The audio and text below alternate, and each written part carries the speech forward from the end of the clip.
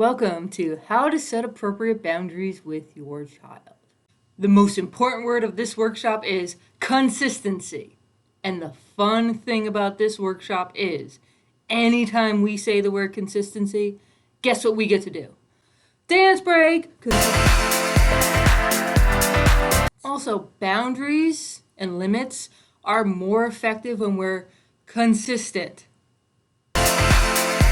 Inconsistency can confuse children, and they really can make boundaries less effective. So consistent limits and boundaries are important because when children know what to expect, they feel safer and more. Okay, so what is a boundary? But boundaries are clear and consistent limits. Boundaries are not about controlling your child, but about guiding them and keeping them safe as they learn to navigate the world. And really importantly, boundaries need to be set when everyone is common at baseline. And sometimes that's not possible, but as much as it is, that's when they need to be set. So let's get into some tips and tricks for how to set effective boundaries. Number 1, tip and trick. Bet you can't guess what it is. It's be consistent. Consistency. We're not going to do a dance break for that one. But it's just so important because nothing's going to come out of left field. Something's not going to be allowed one day and not the other. It's just going to make everyone's life a little bit easier. Setting boundaries from a place of calm leadership.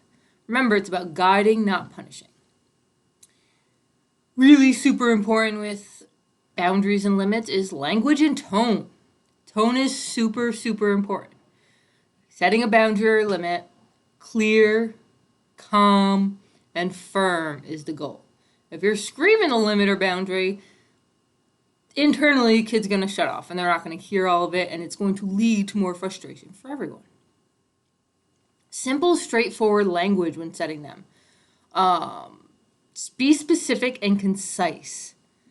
For example, just telling the child to be organized can create some confusion and frustration because what they think of organized and we think of being organized, two different things, even though that is two different things. So a way to go about it that might be helpful is, I want you to make your bed in the morning before school versus be more organized. Being specific yet concise. I'm super wordy. Nothing's getting lost in the sauce there, but I'm being specific so they know the boundary and limit. Another thing with language, teaching language versus no language. When possible, because sometimes it's not always possible, we know this, telling the child what they can be doing instead of what they can't be doing. It's going to be less triggering, there's going to be less power struggles. So for example, you can play your video game until 9 p.m. versus no video games after 9 p.m. You're getting the same end result, but how the boundary or limit is being delivered is more positive, and that is super helpful. And also super important is when you're setting a boundary, still acknowledging and validating their feelings. They don't have to like the boundary you're setting, they just have to choose to follow it. And some of them can be frustrating or infuriating, and being able to acknowledge and validate those feelings is super important because that also might be a proactive approach from having a big behavior erupt because of the feelings and they weren't validated or acknowledged. So for example, when possible, and it's not always possible, give a reason. A simple reason why you're setting the boundary. And again, sometimes not possible, but the reason should never be because I said so. Because we're just looking to have power struggles when we do that. When you are setting your limits and boundaries, make sure that they're age appropriate and they should never come as a surprise. Like we said before with being consistent, that if I was allowed to jump on the couch yesterday, but then I'm not allowed to today, that's not a consistent boundary. That's confusing and triggering and power struggles arise. If you're doing a great job setting limits and boundaries, and maybe there's consequences attached to them or positive reinforcement rewards, none of your boundaries or limits are going to mean anything if you do not consistently follow through. So make sure when you're giving a consequence or reward for a boundary, that is something you can follow through with. So for example, if you brush your teeth in the morning, we're going to go to the park later. You already plan to go to the park later. You have 3 other kids that are expecting to go to the park. You're the only parent home. They choose not to brush their teeth.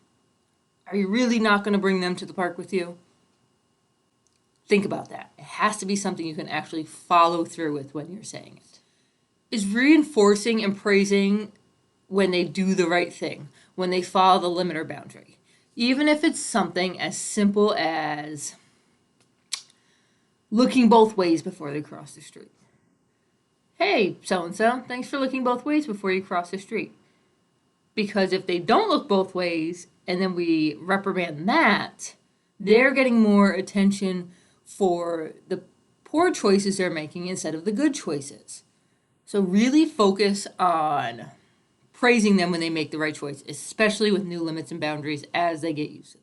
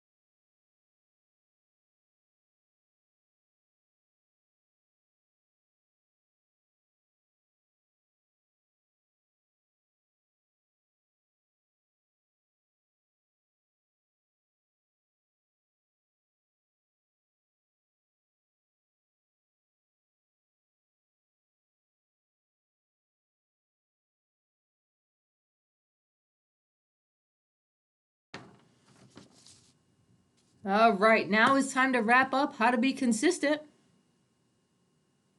with those boundaries.